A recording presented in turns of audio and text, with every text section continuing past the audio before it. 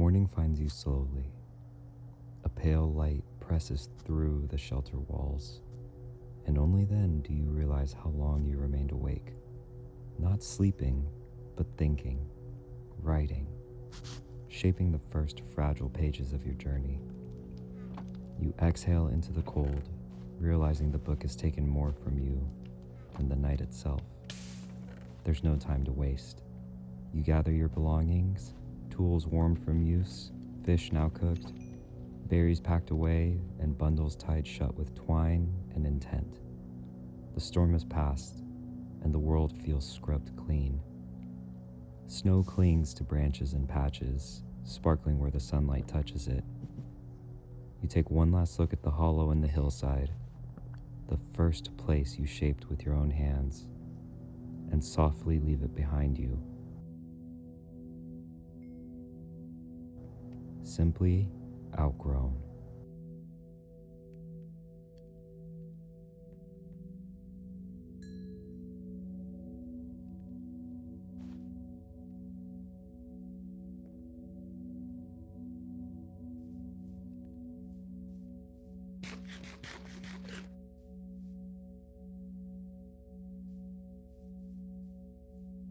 The forest pulls you forward again. Spruce branches whisper overhead as you follow the edge of the river, retracing old steps like memories. You debate, silently, the direction of your day.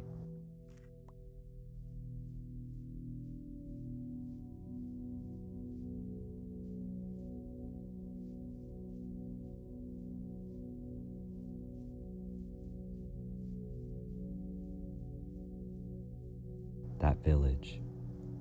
You saw it before the cold, before the survival, before you knew enough to decide anything at all. What waits there? Help? Danger? Answers of any kind? You decide to take the chance.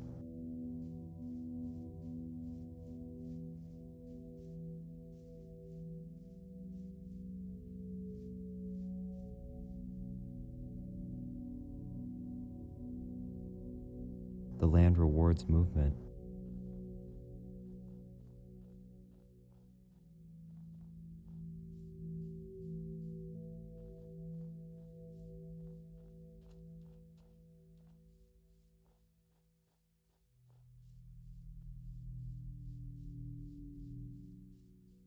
Clusters of berries glow like sparks against the snow, vivid and plentiful, almost eager to be found. You gather them without thought, your pack growing heavier, your hunger satisfied in the simplest of ways. The frozen lake stretches before you again, the same one you crossed on the first day. But now you see it differently, not as an obstacle, but as a path. What you thought were distant shapes sharpened into houses, wood and cobblestone structures built thick and tall against the cold. Spruce beams rise like watchful giants. Smoke curls lazily from chimneys. Crops wait beneath dustings of frost. A village. You step closer with your breath held tight. At first glance, it seems empty, as if the world has already moved on without you. But then, movement. A figure shuffling between homes, head bobbing, hands tucked behind. You call out, but there's no answer. The villager turns towards you, not startled, not curious, simply aware. Eyes wide and kind, but not like yours. A soft hum, a low syllable, something almost like speech, yet not. And suddenly you recognize they are not simply different people. They are a different kind. A village of beings who live together, trade together, survive together, and you alone walking among them. There's a flicker of memory. The tall black creature on the ice, the way it stood upright but not human, and a thread of connection tugs at your mind. Every house feels lived in. You move from room to room until the sky shifts. Golden light slides across rooftops, long shadows reaching toward you like reminders. The day is ending again. You blink and realize you've been here far longer than you thought. You leave the village's edge with the dusk at your heels and a spot of frozen stretch of lake beside it. Quiet, open, waiting. Just enough space for a bed, a fire, and something like hope. You see a small patch of land that rises nearby, far enough from the village to respect its boundaries, close enough to feel less alone. You chop down a fallen spruce along the riverbank and carry the logs back, step by step, breath freezing in the night air.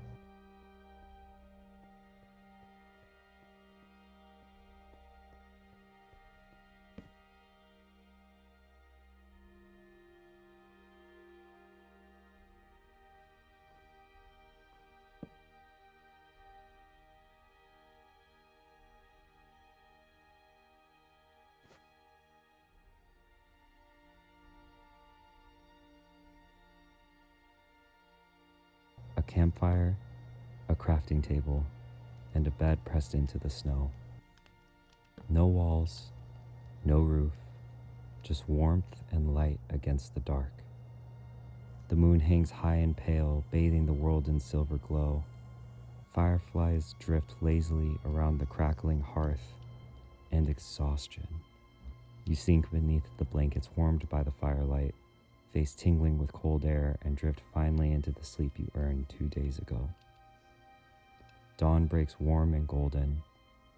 You return to the village to reassure yourself that it's real, and the proof comes quickly. A skeleton burns in the morning light, staggering toward you with a bow half raised, and crumbles into ash before you take another step. 2 zombies stalk the shadows, but daylight weakens them, edging them toward dust.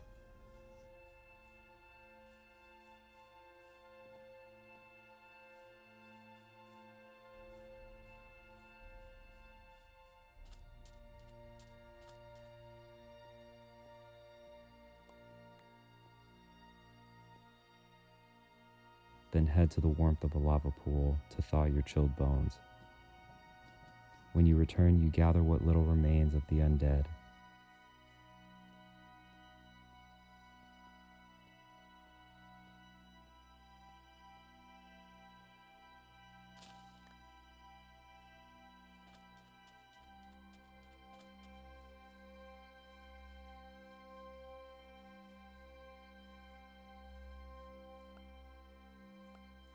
And commit them to fire. A courtesy, a way of keeping the village streets unburdened. A villager meets you again, hands held behind his back, humming gently. An emerald is offered for coal. You trade without hesitation. Belonging isn't spoken here, it's exchanged. Emerald tucked away, you wander into the woods again, guided by instinct more than intention. A small herd of cows grazes peacefully in a clearing. You pause, remembering need versus want, and gather leather and meat with quiet respect.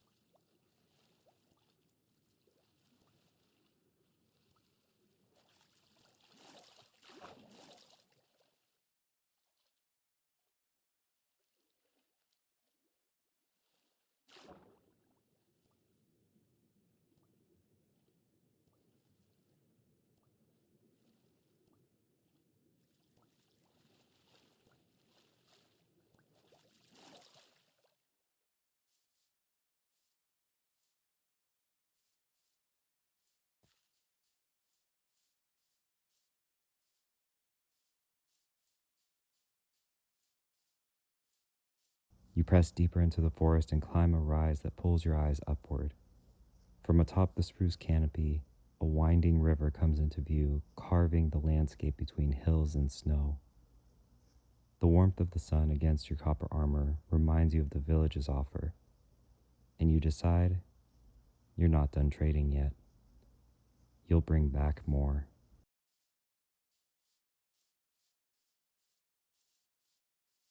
A cavern mouth gapes beneath the trees, dark, deep, and waiting. A zombie lurches from the shadows, familiar, manageable, and you ready your sword.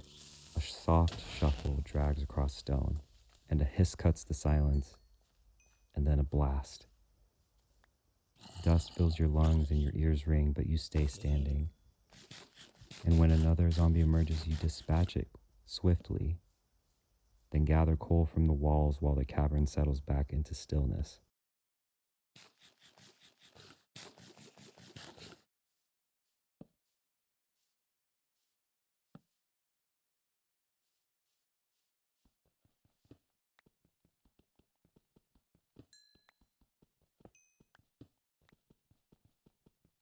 Climbing out into daylight again, you feel something shift.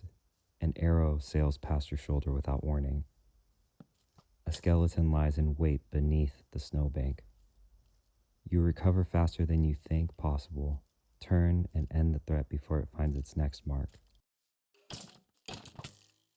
The shadows lengthen yet again, as if time slips faster underground, and evening folds over the world like a gentle hand. Exhaustion pulls you toward warmth and rest.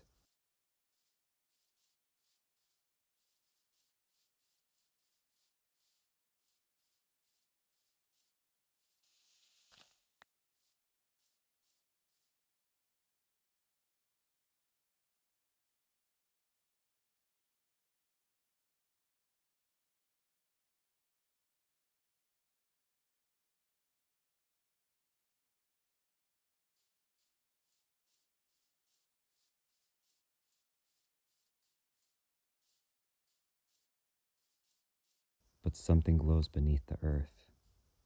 Again, a faint orange pulse seeped through stone.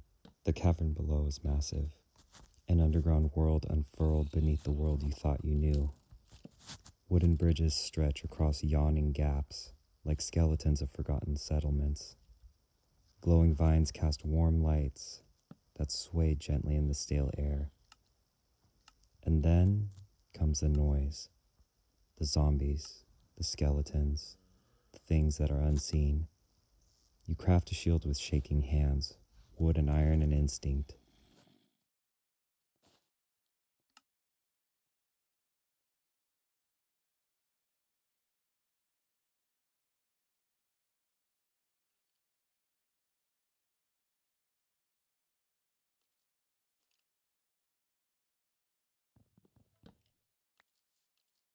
And drop through a narrow opening in the stone and land in chaos. Creeper drags its feet towards you, hissing and a bang. Pain ringing, but you still stand. You sprint into the gap it leaves behind, torchlight flickering as you carve brightness from darkness.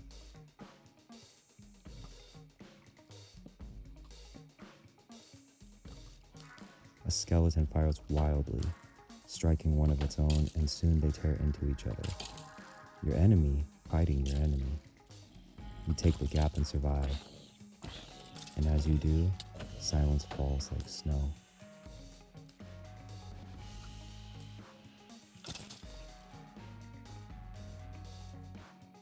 You mind just to steady your heartbeat.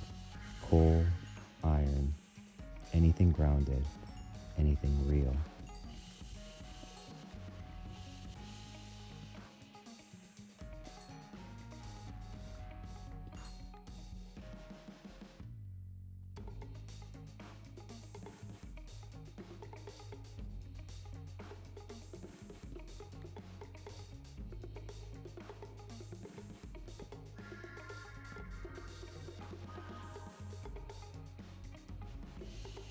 But the glow beckons deeper.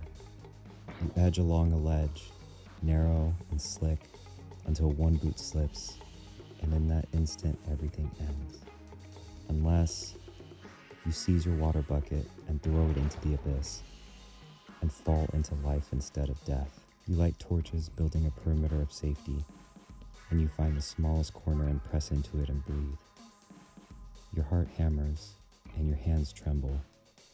That was too close. You sit there until your mind finds stillness again, until the feeling in your body returns. This world is not just beautiful, it is dangerous. And you are not invincible, but you are still here. The cold water that saved you clears your thoughts the same way dawn lifts fog from the mountains. You understand what you must do.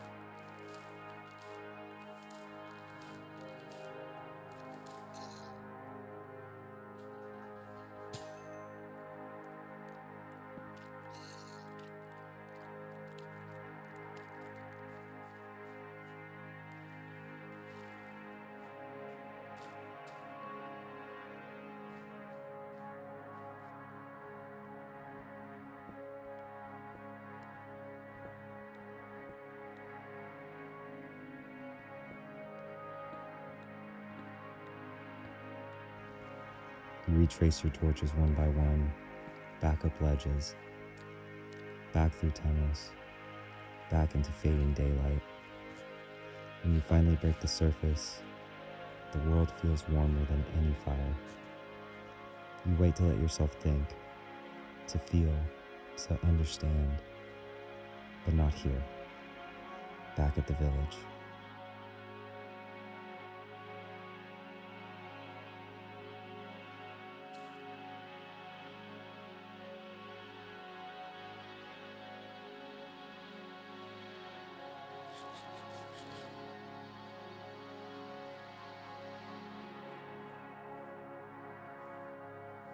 And sure enough, the lanterns greet you like memory. You seek out the villager again, trade coal for emeralds, and feel that familiar click of belonging settle deeper into your chest. You've earned your place here, again. You wander slowly toward the clearing, letting the forest hold you, sleeping breath. You turn and see a fox curled at the base of a spruce, white fur blending seamlessly with the background.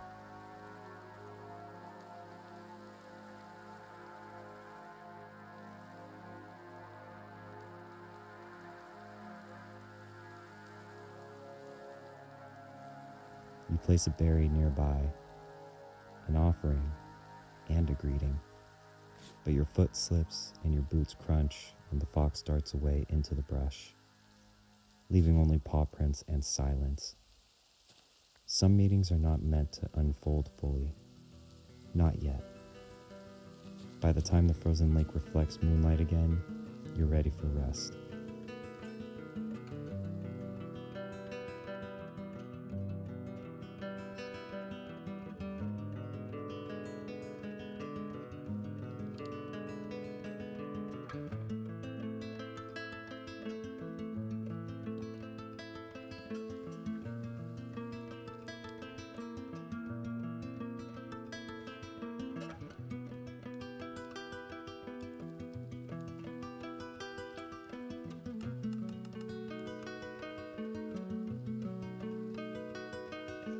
You add a roof to the shelter, simple, strong, just enough to carve warmth from winter.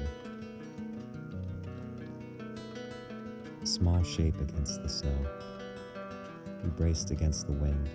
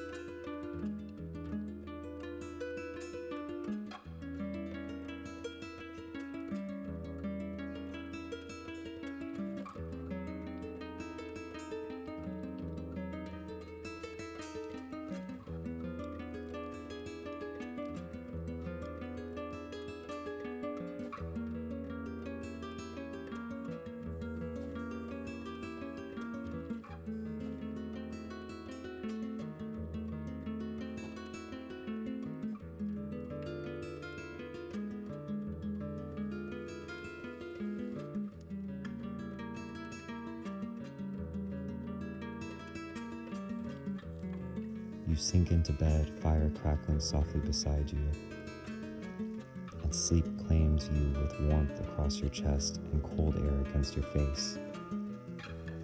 Morning comes soft and golden, and you understand, fully, finally, deeply, what the past day and night have been.